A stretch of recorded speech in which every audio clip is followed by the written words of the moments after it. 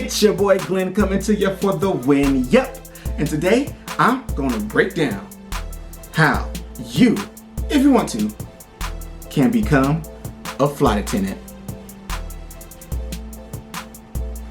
The hiring process. Now, for those of you who are not new to this channel, then you probably already seen the video that I posted about how I became a flight attendant. But hey, for those of you who haven't seen it yet, go ahead and go back to that page, click the video, watch it, enjoy it, you will, for sure. And for those of you who are new to this channel, subscribe to this channel right now, hit that post notification bell, and join the team. We out here for the win, baby. Let's get it. You already know what it is, bro. It's Flint. You know what I mean? Let's do it. Let's travel the world together, among other things. Before we begin, let's get into some, more fun attire. All right, y'all. I got this shirt back in college not too long ago. Okay. Let me not lie to you. It was long ago. I graduated college in 2012. Anyway, I got this shirt a long time ago, and I'm still looking to make this, come true. So make sure you guys support this channel. Subscribe down below, and let's have some fun, y'all. Let's have some fun. We're gonna get it in. Now, back to the topic at hand. So most things that people do ask when it comes to becoming a flight attendant is, do you need experience? Well, once again, referring to my other video, if you guys have not yet seen it, go do that. I did not have any flight attendant experience before becoming a flight attendant. Straight up, none. Just thought it was a great idea that a friend suggested to me, and I dove all in. Now I'm in this thing and I'm loving every moment of it. So you do not need experience to be on mainline. Not sure about how other regionals and how other carriers do it, but on mainline you do not need to be experienced, because majority of mainline airlines will have their own training program for you, and probably prefer you to not have any experience coming in, so you can learn to do it their way the first time, and that be the only way that you know, so you do it properly. So just being honest with you, no, you do not need to have any previous experience, just like I didn't have any previous experience, But some things that they do have out there, for those of you who just really want to get a head start on it, they do have some flight attendant schools. I've never done it, as I just told you, but those things do exist. I don't know how much they cost. I don't know if it's a scam. I don't know anything about any of that, but I do know that they exist. So that's just something to think about. But like I said, any mainline airline that I know about, they train you on their own to represent their practices. All right, cool. Another thing that you should probably think about and focus on before we even get into this hiring process here of what happens is that airlines' number one concern is safety. Safety and customer service are the top two things that I can remember, that I could think of, that's vitally important for anyone who wants to be a flight attendant. So if you are already in occupations in which those things are very prevalent, rock with them. Make sure they are there on the forefront of your resume, okay? I'm just giving you little tidbits here. Now, step number one, and I don't know if I'm gonna do steps in 1, 2, 3 order, but I'm just gonna start off with step number one. First thing you need to do is fill out the application.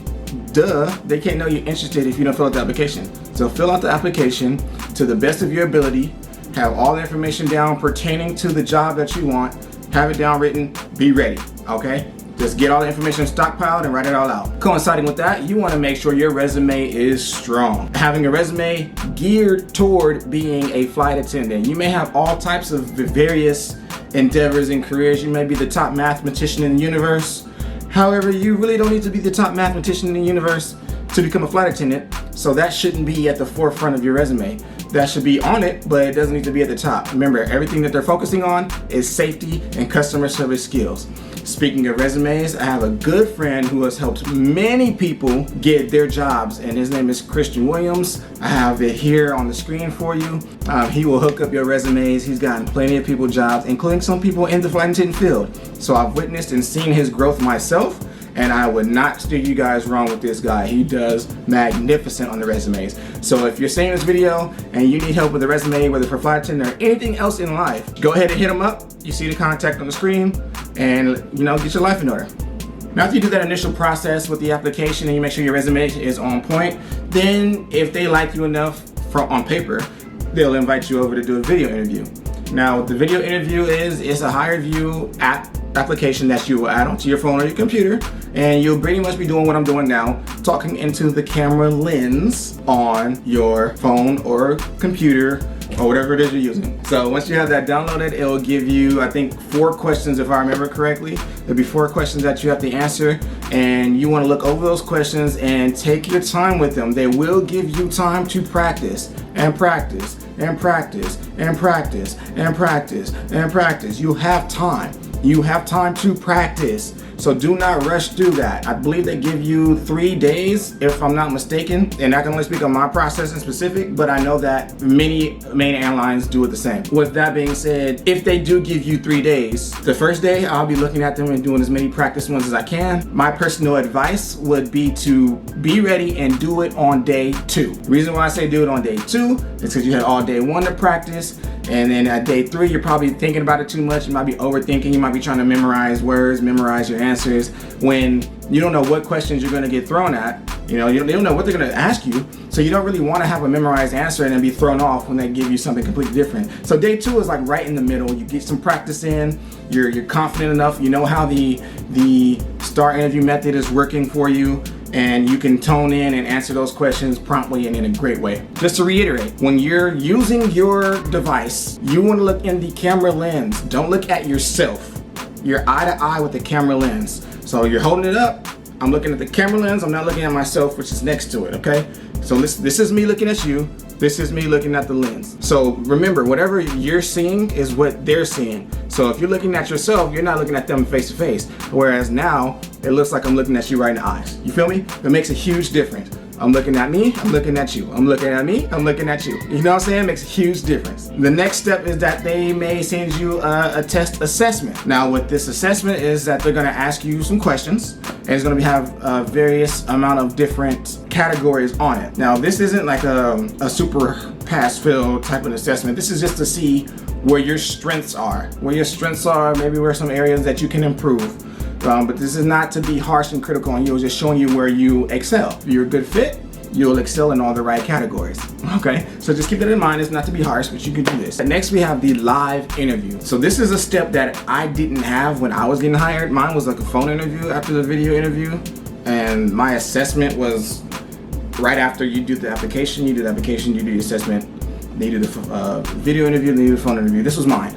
Now, you already saw how I break it down, but now they do the live interview after you do the assessment. What this one is as loud like a FaceTime or a Skype, where you're talking to someone on the other end, a real live person on the other end, and you're gonna have you're gonna have a few questions to answer, and this one you don't have any time to prepare, no time to practice, just like boom, you're on the phone, you're on the Skype, you're on the computer, and you're talking. Now you just gotta do your thing.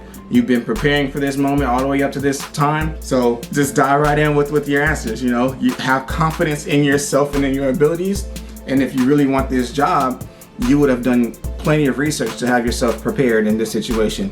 One key thing that I always want to remember to remind anyone who is applying, always smile. Always, always, always smile. But don't do those fake smiles.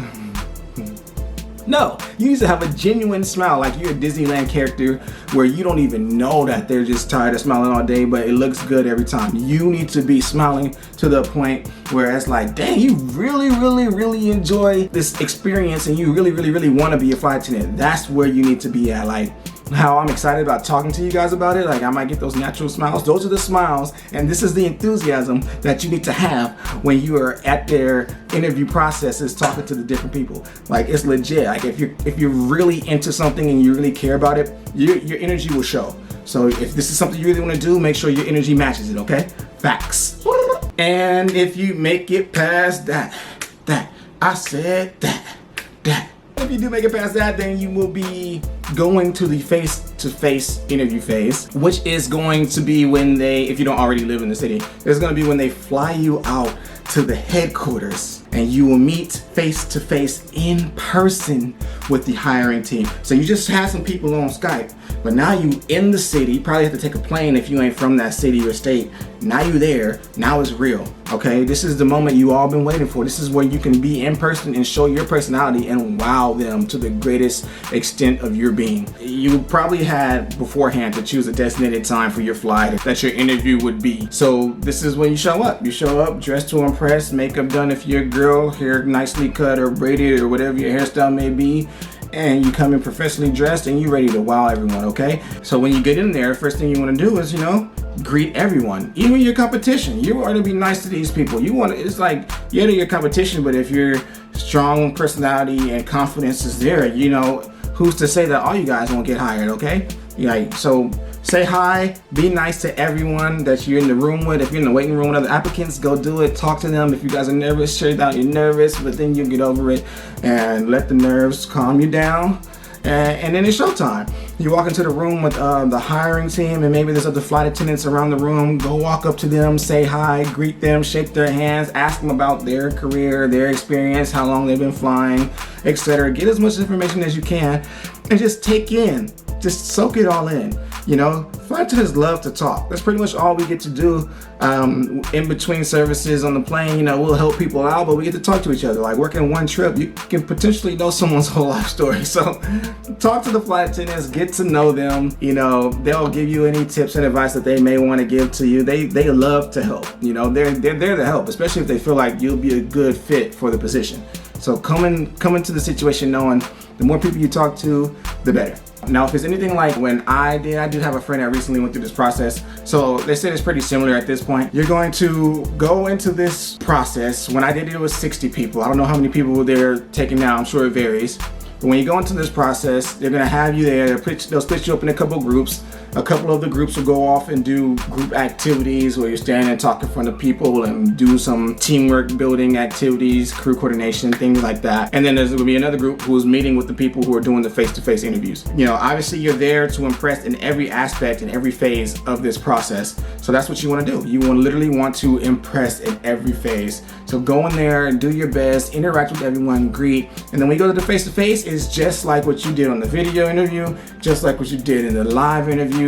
Now you're just in person. Now you can really show your personality. You can show who you are, how you are, what you're doing, how's life. Just express yourself. Let them know the real you and that you're the one for this job, and there's no way that you're gonna walk out without it because they need you. They need you to be a great face for the company in front of everyone. Because we are, as flight attendants, the face of the company. We spend the most time with the clients and the passengers because we're on the air. No matter how long the flight is, we're enclosed in the middle tube with these high value customers.